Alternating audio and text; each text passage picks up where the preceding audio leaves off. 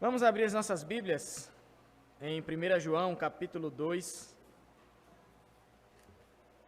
Nós vamos meditar nos versículos 12, 13 e 14 hoje. 1 João, capítulo 2, versículos 12, 13 e 14.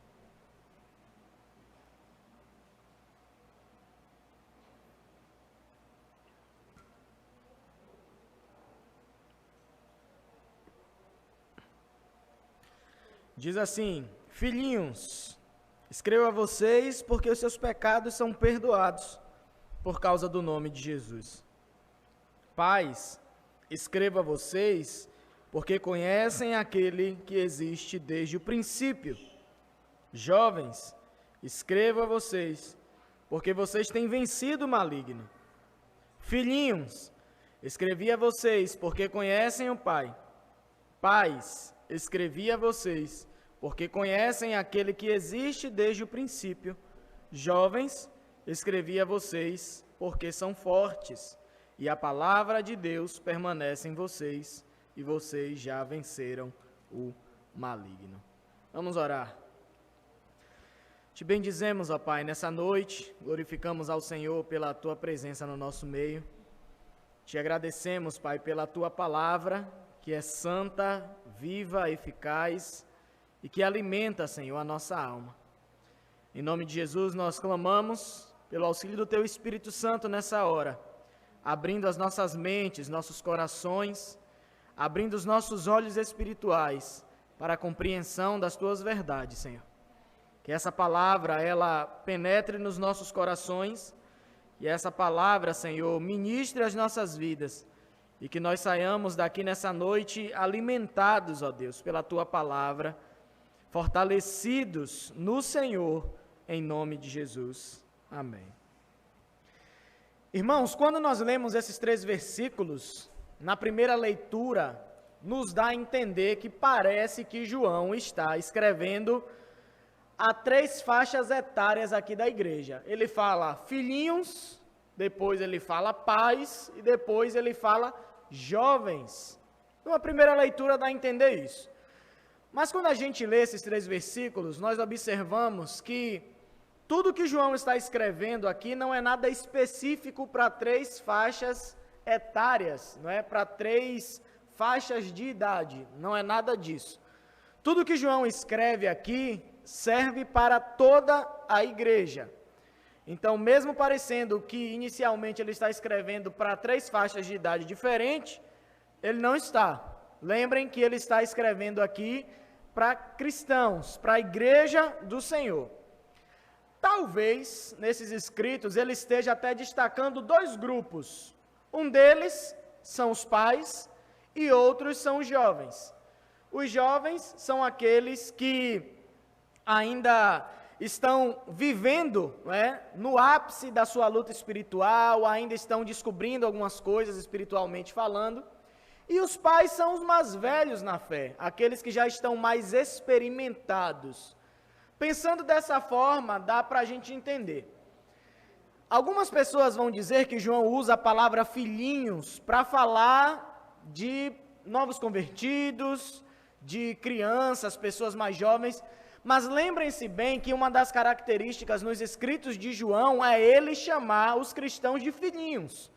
Porque João aqui, ele era um apóstolo já idoso, ele estava pastoreando a igreja de Éfeso, e ele tinha os cristãos, por causa da idade avançada dele, ele tinha os cristãos como filhos na fé. E por isso João, em diversos momentos em suas epístolas, ele usa esse tratamento com os cristãos, os chamando de filhinhos. Então a gente vê que João, na verdade, está escrevendo isso para toda a igreja. E por que João escreve esses 3 versículos aqui? João está escrevendo isso como palavras de encorajamento para a igreja. Palavras de encorajamento para o povo de Deus. Para que eles se lembrem daquilo que os cristãos adquiriram em Cristo Jesus. Quando o Senhor Jesus nos chama para servi-lo, nós, além de recebermos a salvação das nossas almas, o passaporte que nós recebemos para viver a vida eterna ao lado do Pai, nós recebemos alguns outros presentes do Senhor. Nós recebemos o Espírito Santo de Deus, nós recebemos o entendimento da palavra do Senhor e vários outros presentes que o Senhor nos dá junto com a nossa conversão. Então, olhando para o cenário que aquela igreja de Éfeso estava vivendo, sendo bombardeada por heresias, por falsos mestres que se levantavam dentro da igreja, estavam ensinando coisas erradas, João estava encorajando eles e lembrando daquilo que eles tinham recebido quando o Senhor Jesus tinha os chamado. E sabendo disso, lembrando daquilo que eles tinham recebido do Senhor Jesus, eles não precisavam ficar abalados com as acusações que eles estavam sofrendo e com os ensinos dos falsos mestres que estavam sendo espalhados no meio da igreja. Então nós vamos ver aqui três coisas, nesses 3 versículos, que João vai destacar, que são coisas que nós recebemos, são coisas que nós ganhamos quando o Senhor Jesus, Ele nos salvou. A primeira delas, quando o Senhor Jesus nos salvou, nós recebemos dele o perdão dos nossos pecados. E João começa falando justamente isso. Ele diz: filhinhos, eu vos escrevo porque os vossos pecados são perdoados por causa do nome de Jesus. Então, filhinhos é uma forma que João usa, carinhosa, para tratar os cristãos, os irmãos da igreja, porque eles se consideram pai espiritual daqueles irmãos. Vamos pensar um pouquinho o que é que os irmãos da igreja de Éfeso estavam vivendo nesse período que João escreve essa epístola. Imagine você na igreja, feliz por estar liberto pelo Senhor, de saber que agora você é salvo, de que o Espírito Santo está agindo na sua vida, que você recebeu algo que você não poderia adquirir pelas suas próprias forças, com o seu dinheiro, com o seu esforço, mas o Senhor Jesus, Ele te escolheu e te deu a salvação da sua vida, o perdão dos seus pecados. E você está alegre com isso. Uma das alegrias do cristão é justamente essa certeza que temos de que os nossos pecados foram perdoados pelo Senhor Jesus e que nós ganhamos a vida eterna ao lado dele. Então imagine você na igreja, feliz com tudo isso. E de repente nos cultos estão se levantando homens dentro da igreja, se dizendo mestres, e vem aqui para frente e diz: tudo que vocês aprenderam estão errado. Vocês acham que vocês são salvos, mas na verdade vocês não são. A verdadeira salvação só é adquirida através de um conhecimento específico dado a algumas pessoas. Eu tenho esse conhecimento, mas vocês ainda não têm. E somente através desse conhecimento elevado que vocês podem alcançar a salvação. Imagine o que é que isso começou a causar na mente dos irmãos que estavam dentro da igreja. Esses falsos mestres se levantavam ensinando essas falsas doutrinas e ao mesmo tempo estavam minando a alegria dos cristãos. Eles agora começaram a estar em dúvida. Então quer dizer que tudo que eu aprendi, que meus pecados foram perdoados, que eu recebi a vida eterna, é mentira? Quer dizer que para eu ser salvo eu preciso ter um conhecimento elevado? Se lembre que nós falamos que esse ensinamento no meio da igreja, era o início ali do que nós hoje chamamos de gnosticismo, que é aquele conhecimento elevado que aqueles mestres diziam que você precisava ter para que você fosse salvo. E esse conhecimento não era para qualquer pessoa, eram somente para os escolhidos, para os iniciados na gnose, nesse novo conhecimento. E era justamente isso que eles estavam pregando no meio da igreja. Peguem tudo que vocês aprenderam e esqueçam. Se vocês não adquirirem o conhecimento que eu tenho, que os outros têm, vocês na verdade não serão salvos. A salvação vem através do conhecimento elevado que Deus dá para algumas pessoas. Imagine a tristeza que os irmãos começaram a sentir dentro da igreja.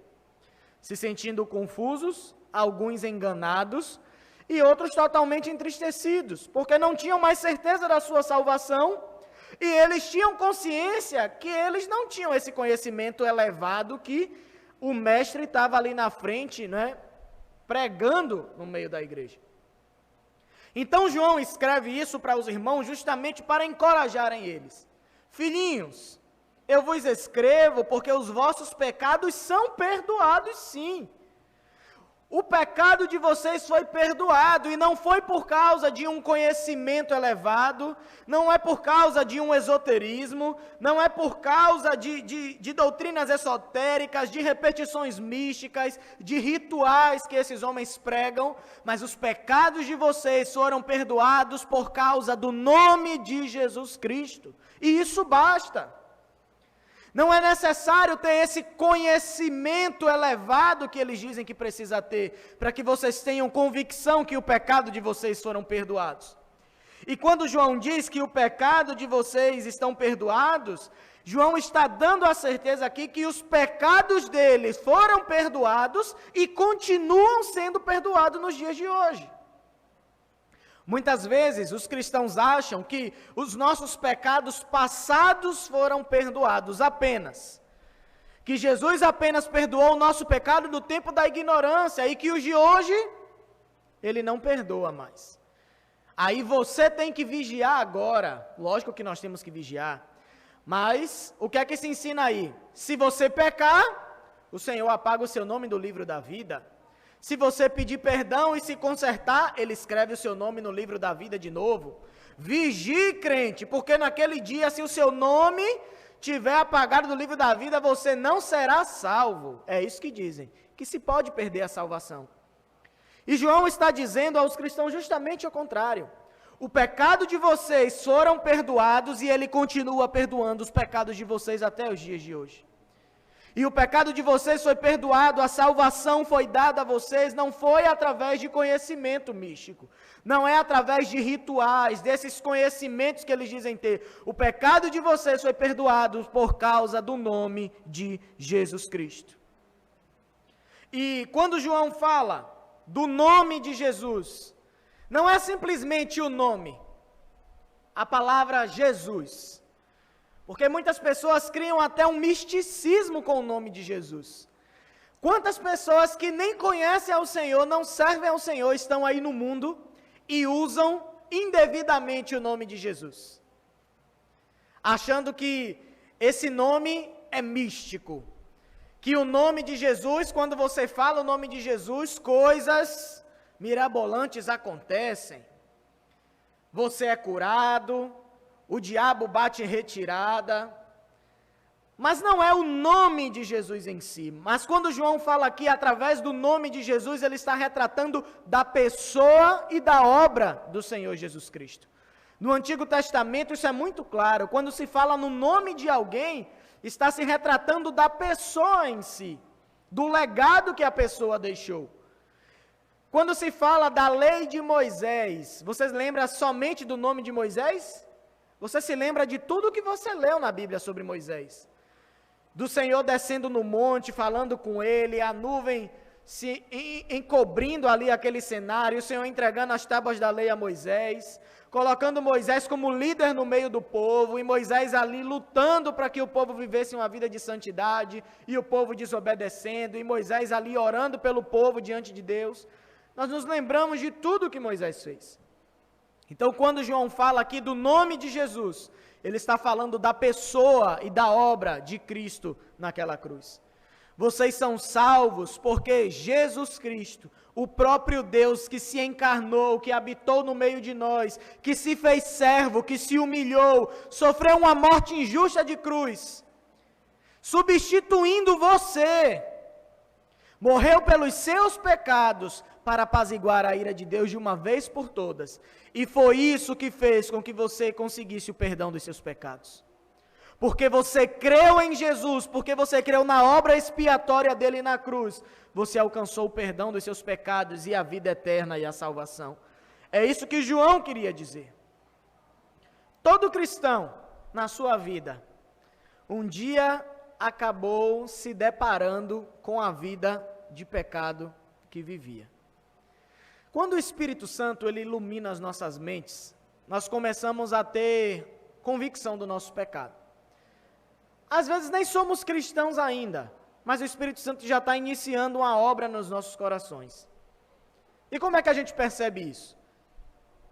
Nós antes pecávamos e continuávamos indiferentes com Deus. Para a gente era normal o que a gente fazia, não tinha problema nenhum. Em beber, em se prostituir, em trair, em roubar, em enganar, em mentir. Para as pessoas do mundo isso é normal. Mas quando o Espírito Santo começa a iluminar as nossas mentes, nós começamos a compreender que essas coisas não agradam a Deus. Tem alguma coisa de errado na nossa vida que precisa ser mudado.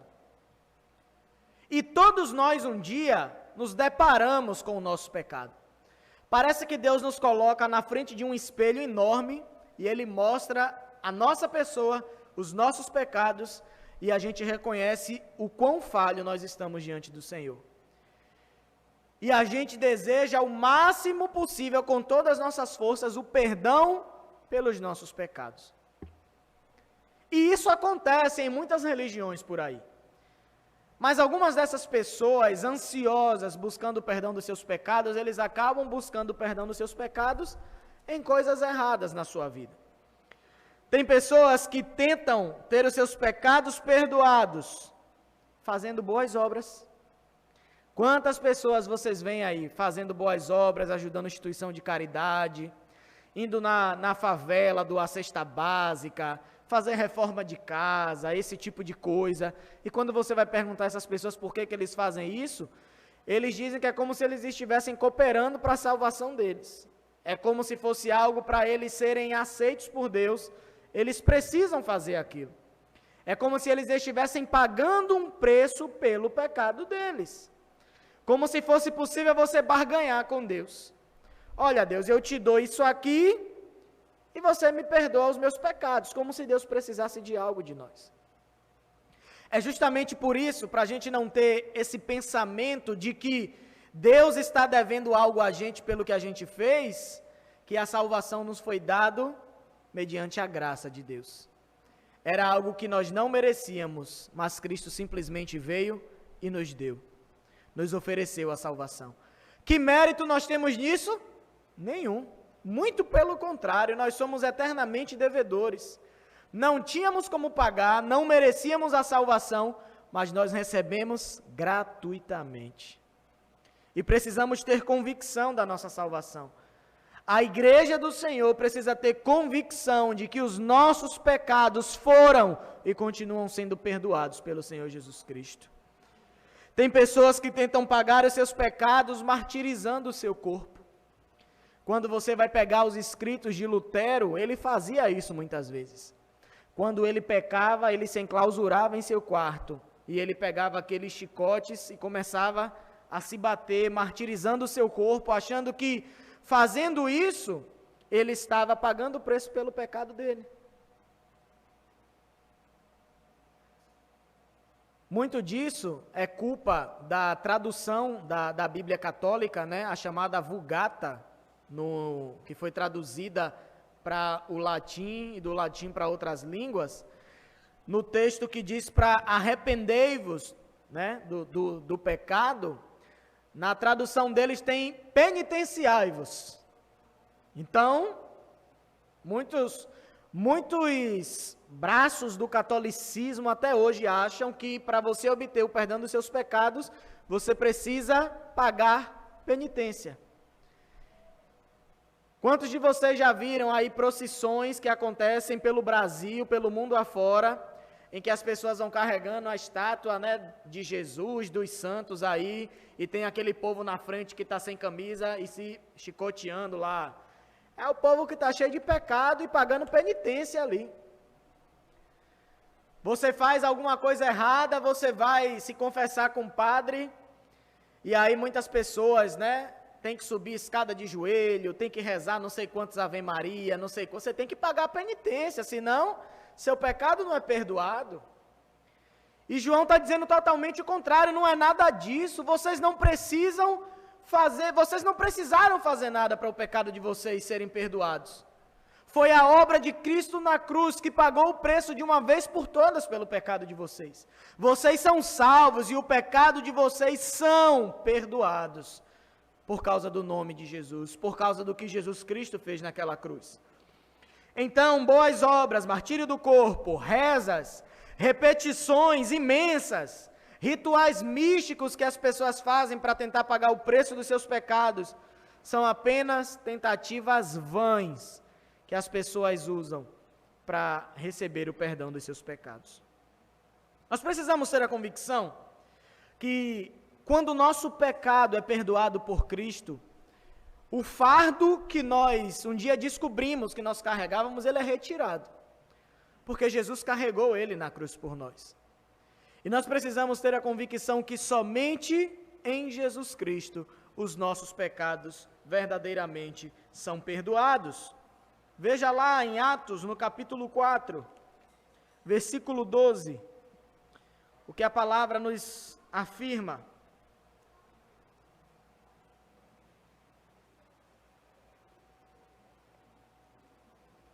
Atos 4, 12.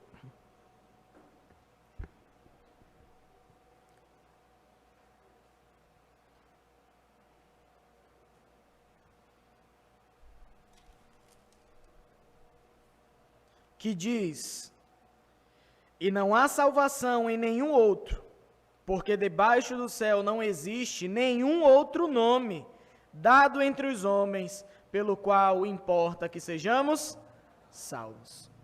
Não existe nada, nem ninguém que possa verdadeiramente perdoar os nossos pecados, a não ser o Senhor Jesus Cristo. E esse martelo está batido, irmãos. Não adianta você buscar a salvação e o perdão dos seus pecados em outras coisas, em outras pessoas, você não vai conseguir. Você está se esforçando em vão. Mas quando você recebe a salvação de Cristo Jesus, ela é de uma vez por todas. E João estava encorajando os irmãos justamente a eles se lembrarem dessas verdades. Em Cristo Jesus, vocês receberam a salvação e o perdão do pecado de vocês de uma vez por todas. E essa mesma mensagem está sendo dada a vocês no dia de hoje. Vocês que já são cristãos, que servem ao Senhor, nunca se esqueçam disso. A sua salvação e o perdão do pecado de vocês foi adquirido através da obra de Jesus naquela cruz. É através do nome de Jesus que vocês foram perdoados e salvos. E nada e ninguém pode tirar essa salvação da sua vida. No livro de João a gente vê o Senhor Jesus falando isso. Aqueles que o Pai traz a mim, de modo nenhum eu lançarei fora. Nós temos segurança da nossa salvação em Cristo Jesus, porque Ele mesmo que nos guarda. E nós precisamos ter essa verdade queimando, ardendo no nosso coração para todos sempre. Segundo lugar, além da salvação e do perdão dos seus pecados, o cristão tem o verdadeiro conhecimento de Deus. Era algo que eles precisavam ouvir bastante isso. Além do perdão do pecado de vocês, vocês têm o verdadeiro conhecimento de Deus. Esses homens que se levantam no meio da igreja falando desse conhecimento elevado que traz salvação, na verdade eles não sabem é de nada. Eles estão se enganando a eles mesmos. O verdadeiro conhecimento daquilo que é a verdade são vocês que têm. Porque nós ensinamos a vocês aquilo que nós recebemos do próprio Senhor Jesus Cristo. Então lembre novamente os irmãos daquela igreja ouvindo aquelas palavras nas suas reuniões. Provavelmente, quando eles eram colocados diante daqueles ensinos dos gnósticos, talvez eles começassem a duvidar de tudo aquilo que eles tinham aprendido dos seus pastores, do apóstolo João, que eles tinham aprendido de Timóteo, do próprio apóstolo Paulo, e eles começaram a duvidar daquilo que eles tinham aprendido sobre o Evangelho, aquilo que eles tinham aprendido sobre o Senhor Jesus Cristo. E quando isso acontece, as pessoas começam a se esfriar na fé, as pessoas começam a ficar inseguras de que será que realmente tudo que eu aprendi hoje é a verdade? E quando eu contei meu testemunho aqui para vocês, eu passei por isso. Não foi nada de conhecimento gnóstico, nada disso não. Foi na sala de aula. Era aquilo que eu ouvia dos meus professores, que para mim eram super inteligentes, eram pessoas que tinham conhecimento da verdade, e eles desdenhavam de Deus na sala de aula, eles desdenhavam da palavra de Deus, dizendo que aquilo que tinha ensinado sobre criação, sobre milagres, isso tudo é impossível de acontecer, a ciência não consegue comprovar essas coisas, tudo isso é mentira. De Deus perder o tempo dele para mandar o filho dele para a terra, como homem, para morrer numa cruz, isso é conversa, gente. Era isso que eu ouvia dos meus professores na sala de aula.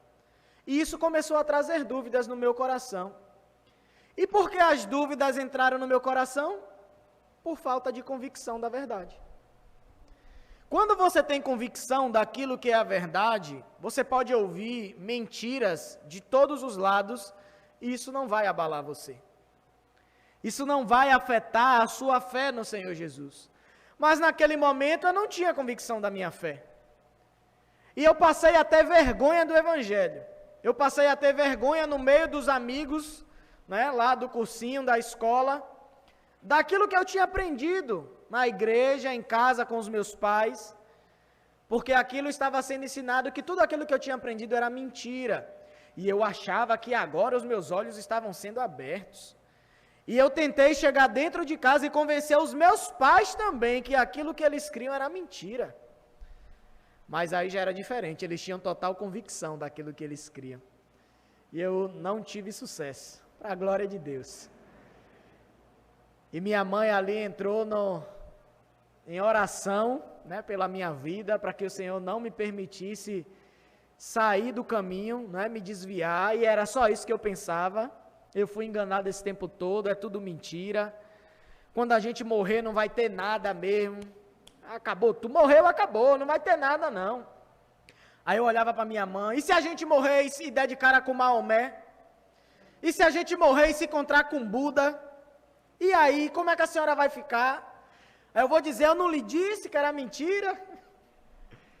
Aí minha mãe falava, meu filho, eu tenho convicção do que é a verdade, e a palavra de Deus é a verdade. Aquilo que o Senhor Jesus veio para ensinar sobre o reino dos céus, isso é a verdade, e eu não abro mão. E eu ficava maravilhado com aquilo, a senhora precisa ter mais fé do que eu mesmo, viu, para crer nessas coisas. Mas aí, né, o Senhor fez a obra na minha vida e mostrou que realmente não tinha para onde eu correr. Ele é o caminho, Ele é a verdade e Ele é a vida. Aquelas verdades que os professores ensinavam na sala de aula, na verdade eles estão andando no engano, achando que estão andando na verdade e que o Senhor tem a misericórdia do futuro deles. Enquanto eu estarei desfrutando da vida eterna no Senhor Jesus, talvez muitos deles estejam sofrendo a eternidade no mar, no lago de fogo e enxofre, porque não abriram seu coração para a verdade de Deus nas suas vidas. E os cristãos estavam assim naquele tempo, inseguros com aquilo que eles ouviam. E eles pensavam assim, será que aquilo que a gente aprendeu então mudou? São outros tempos. Jesus veio aqui, já tem uns 60 anos que Jesus veio, talvez Deus tenha mudado então, são outros tempos hoje. E muitas vezes isso é ensinado dentro da igreja. Os tempos mudam e Deus também muda. Quando os irmãos que estão dentro da igreja, né, que são mais ortodoxos, que são mais bíblicos, começam a ver as pessoas querendo mudar algumas coisas dentro da igreja, diz, não, irmãos, cuidado com isso não é de Deus não. Vocês estão trazendo o mundo para dentro da igreja. Aí diz logo, lá vem o careta. Espera aí, irmão, são outros tempos. Isso aí era na década de 20, quando você se converteu, que era assim. Hoje, agora, está tudo diferente. Deus mudou. Os tempos mudam e Deus compreende a mudança dos tempos. A igreja tem que mudar também. Senão o povo não vem para a igreja. sendo que o único meio de salvação das pessoas continua sendo a pregação da palavra, o evangelho. É o único meio das pessoas se converterem, é através da pregação do evangelho. E muitas igrejas abriram mão de pregar o evangelho, têm pregado outras coisas, e as pessoas se convertem, quando ouvem essas coisas, se convertem não sei ao quê. Porque não ouviram falar de Cristo, não ouviram falar dos seus pecados, porque não pode falar mais de pecado dentro da igreja, não ouviram falar sobre o inferno, porque, falar de inferno não pode não, senão as pessoas vão embora se a gente falar de inferno. As pessoas não gostam de ouvir falar de inferno, então, vamos dizer que Deus é amor. Deus está de braços abertos para salvar todo mundo. E as pessoas só precisam tomar uma atitude, dizer, eu quero, Senhor. Então vem aqui à frente.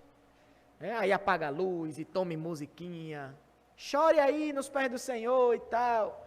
E a pessoa diz que é crente. Depois que começam as tribulações vir em cima do crente. Eu não quero isso para mim não, estou fora. E aí vai embora. Não se firma na verdadeira palavra de Deus. Mas no meio dessas dúvidas, João escreve para os irmãos: Pais, eu vos escrevo porque conheceis aquele que existe desde o princípio. E ele diz depois: Filhinhos, eu vos escrevi porque conheceis o Pai. Os falsos mestres se achavam os detentores da verdade, e João está dizendo a mentira. Eles estão andando na mentira que eles tramaram para ele mesmo. Quem conhece verdadeiramente a Deus são vocês. Vocês que desfrutam da comunhão com Cristo Jesus. João, ele expõe essa mentira, né? E ele está mostrando aqui de onde vem o verdadeiro conhecimento de Deus, que é através da palavra de Deus e de uma comunhão verdadeira com o Senhor Jesus. Fora isso, você não tem o verdadeiro conhecimento de Deus. E ele está dizendo aqui para os irmãos que o Deus que nós servimos, ele é imutável. Ele diz assim: Pais, eu vos escrevo porque conheceis aquele que existe desde o princípio. Ele está dizendo, irmãos, Deus é imutável. O mesmo Deus que vocês conhecem lá desde o princípio da conversão de vocês, desde a criação do mundo, ele continua sendo o mesmo hoje. Ele não mudou. A única forma de se achegar a ele é através da fé em Cristo Jesus, e nada mudou. Continua sendo do mesmo jeito. E muitas vezes nós achamos que Deus muda, mas Deus, ele é uma rocha firme em que nós podemos confiar. Ele é inabalável. O nosso Deus, ele não muda, queridos. Ele é o mesmo ontem, hoje e será eternamente. E por que nós pensamos muitas vezes que Deus muda? Para fazer as nossas vontades, para massagear o nosso ego, para que não venha culpa na nossa mente. Então, para a gente mudar as coisas dentro da igreja, é mais fácil pensar que Deus também mudou.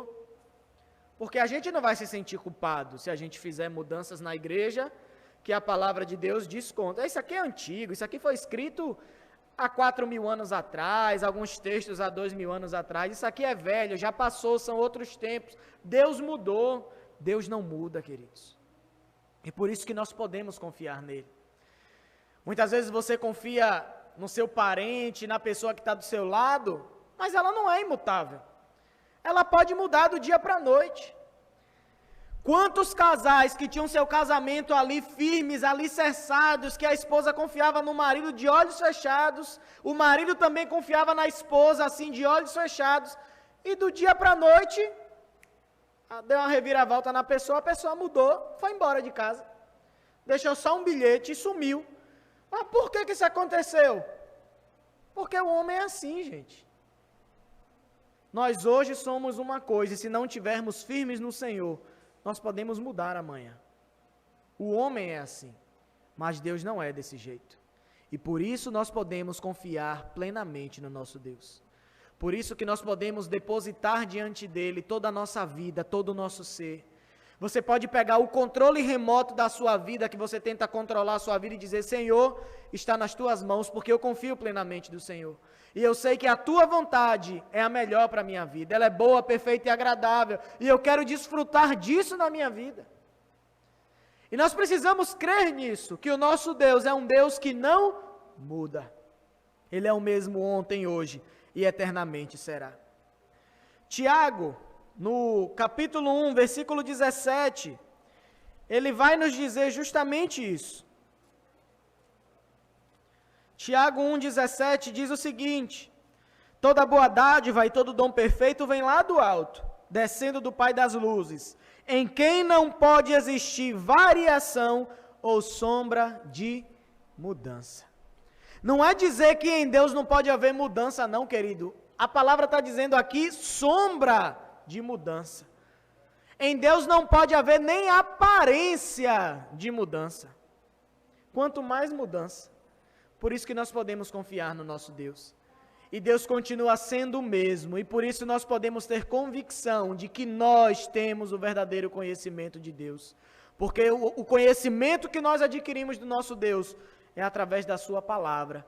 É através da comunhão e da intimidade que nós temos com Ele dia após dia nas nossas vidas. Os cristãos conhecem aquele que não muda. Os falsos mestres, eles não conheciam verdadeiramente a Deus.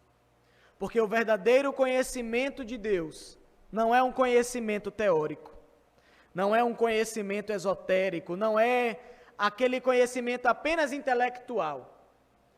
Tem muitas pessoas aí que fazem curso de teologia e se formam e acham, agora eu conheço a Deus.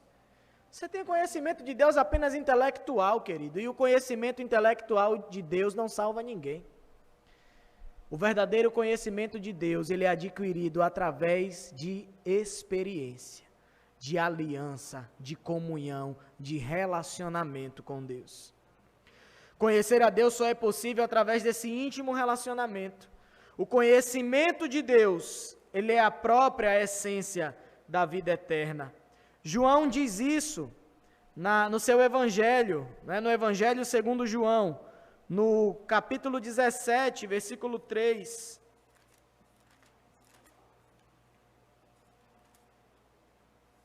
Na oração sacerdotal de Jesus, ele diz: e a vida eterna é esta, que conheçam a Ti, o único Deus verdadeiro, e a Jesus Cristo, a quem enviaste. O conhecimento de Deus é a essência da vida eterna, querido. Sem essa intimidade, sem essa comunhão com Deus, nós não somos verdadeiramente salvos. Nós temos alguns exemplos na palavra de Deus com relação a isso. Nós temos a história da mulher samaritana, nós estávamos até falando sobre isso na reunião de homens na quinta-feira. Se você for em João no capítulo 4, você vai ver um pouco sobre isso. A partir do versículo 29. Vamos ver do 28. Todo mundo conhece aqui a história da mulher samaritana, né? Que está lá na beira do poço e Jesus estava voltando para Jerusalém, precisava passar por lá e encontra aquela mulher na beira do poço e ele pede água a ela para beber, né? Só que os judeus e os samaritanos não se davam. E aí a gente sabe tudo o que acontece ali com aquela mulher, a conversa de Jesus com ela, e o verso 28 diz: quanto à mulher, deixou o seu cântaro, foi à cidade e disse ao povo: venham comigo e vejam um homem que me disse tudo o que eu já fiz. Não seria ele, por acaso, o Cristo? Então saíram da cidade e foram até onde Jesus estava. Enquanto isso, os discípulos pediam a Jesus, dizendo: mestre, coma. Mas ele lhes disse: tenho para comer uma comida que vocês não conhecem. Então os discípulos começaram a discutir, a discutir entre eles. E no verso 39 diz: muitos samaritanos daquela cidade creram em Jesus por causa do testemunho da mulher que tinha dito: ele me disse tudo o que eu já fiz. Quando, pois, os samaritanos foram até Jesus, pediram-lhe para que permanecesse com eles, e Jesus ficou ali 2 dias. Muitos outros creram nele por causa da palavra de Jesus. E diziam à mulher: agora não é mais por causa do que você falou que nós cremos, mas porque nós mesmos ouvimos e sabemos que este é verdadeiramente o Salvador do mundo. Uma coisa é você saber de Jesus através do que as pessoas falam, através do que você lê na Bíblia, mas isso às vezes não é verdade para a sua vida. Outra coisa é você conhecer Jesus por ter intimidade com Ele. De desfrutar do poder de Deus agindo na sua vida, trazendo mudança, transformação, mudando o seu espírito, mudando a sua mente. Temos um outro exemplo de uma pessoa que também viveu isso. Jó, no capítulo 42 de Jó, no versículo 5, ele faz essa declaração a Deus. Ele diz: eu te conhecia só de ouvir, mas agora os meus olhos te veem. Quando a gente começa lendo o livro de Jó, Jó era um homem reto, íntegro, justo, que temia o Senhor, que se afastava do mal, e o próprio Deus disse isso dele. Mas Jó não conhecia Deus verdadeiramente, de viver, de ter intimidade com Deus. E aí Jó vive tudo aquilo que ele viveu. E Jó não entendia porque ele vivia aquilo, porque ele não estava pecando. E uma das coisas que se ensinavam na época é que quando as pessoas estavam sofrendo, é porque elas estavam em pecado e Deus estava castigando a pessoa. E quando as pessoas iam conversar com Jó, Jó dizia: não, mas eu não tenho nenhum pecado, não tem nada que venha me acusar. Eu não olhei para a mulher com intenção impura, eu não fiz nada de errado, eu não entendo por que isso acontece. E depois ele começa a querer discutir com Deus por que isso está acontecendo. E Deus vai e mostra a ele por que estava acontecendo aquilo. E Jó só pode olhar para Deus e dizer: Deus, antes eu só te conhecia de ouvir falar, mas hoje, vivendo tudo que eu vivi porque o Senhor permitiu, hoje os meus olhos te contemplam. Hoje eu posso te ver com os meus olhos, hoje eu posso dizer que eu tenho verdadeira comunhão e intimidade contigo. Hoje eu tenho verdadeiro conhecimento de quem tu és. Você quer conhecer verdadeiramente a Jesus Cristo? Busque ter intimidade com Ele. Busque ao Senhor. Se dedique à oração, à leitura da palavra. Se dedique a trabalhar para o Senhor na igreja. Porque o Senhor distribuiu dons a todos. E o Senhor não te salvou para ficar sentado. Trabalhe para Deus. Dedique sua vida ao Senhor. Busque ao Senhor. Clame a Ele. E verdadeiramente você vai ter o genuíno conhecimento de Deus. E é isso que o Senhor deseja de cada um de nós. E João já havia dito aqui na sua epístola, no versículo 3 a 6, aqueles que verdadeiramente conhecem, que amam a Deus, ele diz: e nisso sabemos que o temos conhecido, se guardamos os seus mandamentos. Aquele que diz eu conheço, mas não guarda os seus mandamentos, esse é mentiroso, e a verdade não está nele. Mas quem guarda a sua palavra, nele verdadeiramente tem sido aperfeiçoado o amor de Deus. E nisso sabemos que estamos nele. Quem diz que permanece nele, esse também deve andar assim como ele andou. Como é que nós sabemos quem conhece verdadeiramente a Deus? É quem anda como Jesus andou. E como é que nós vamos andar como Jesus andou? Se buscarmos ter intimidade, comunhão com o nosso Deus. E para a gente finalizar, o último lembrete que João queria trazer para os irmãos ali da igreja de Éfeso. Uma terceira coisa que eles ganharam do Senhor Jesus quando eles foram salvos, é que o cristão, eles têm a força necessária para vencer o maligno. E João diz: jovens, eu vos escrevo porque tendes vencido o maligno. E no versículo 14 depois ele diz: jovens, eu vos escrevi porque sois fortes, e a palavra de Deus permanece em vós, e tendes vencido o maligno. Os ataques que a sã doutrina estava recebendo ali naquele tempo, estava enfraquecendo a fé de muitos cristãos. E a gente sabe que tudo isso é cilada do inimigo. O que ele vai tentar fazer contra nós é nos enfraquecer, nos botar no chão. E muitas vezes o inimigo vai usar a mentira, o engano, as heresias, porque ele é o pai da mentira, é isso que ele sabe fazer. Então, por isso que nós precisamos estar alicerçados na verdade. E João lembra aos cristãos que eles têm a força para vencer o maligno. eles têm a força para vencer toda essa mentira, toda essa heresia que estava entrando na igreja. Por quê? Porque eles têm a palavra de Deus dentro deles. Esse é o segredo. De onde é que vem a força que nós temos para vencer o maligno? Da palavra de Deus. Onde é que nós buscamos força? No nosso corpo físico. No alimento. Se você não comer, você vai ficar forte? Para trabalhar, para fazer seus afazeres no dia a dia?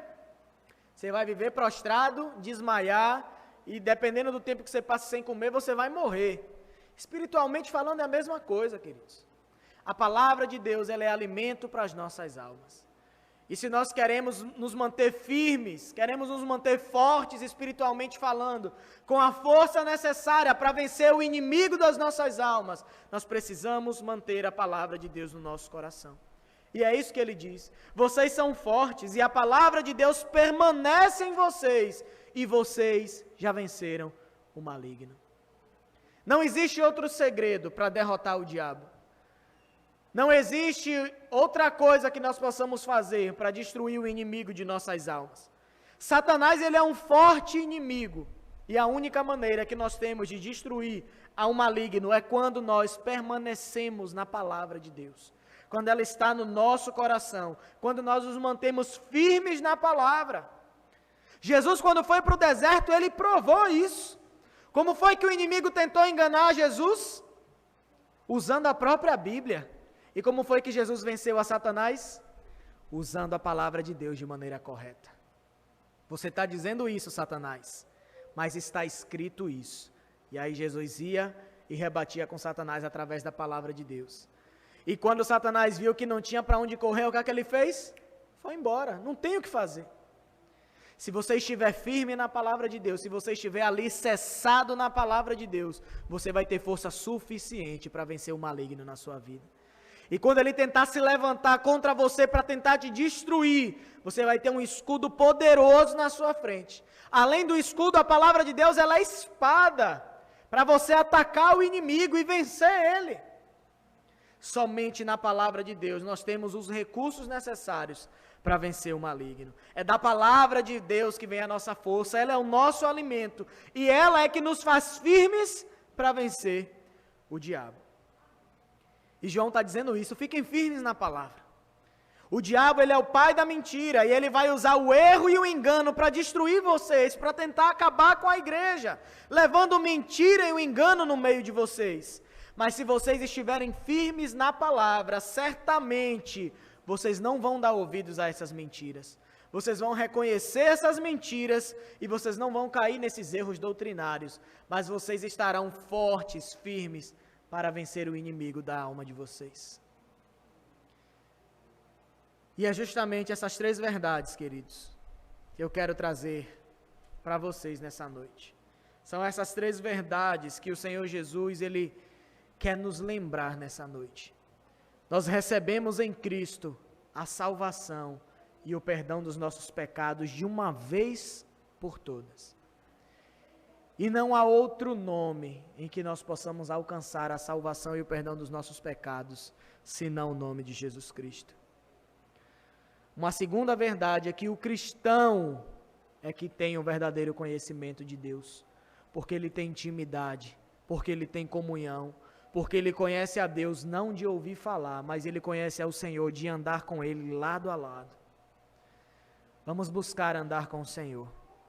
E em terceiro lugar, o cristão verdadeiro, firme na palavra de Deus, que conhece a palavra, ele tem a força que ele precisa para vencer o maligno, para vencer o inimigo de nossas almas. Se mantenha firme na palavra, se mantenha firme no Evangelho de Jesus Cristo. E o inimigo, quando se levantar contra você, ele vai bater em retirada em nome de Jesus. Vamos orar.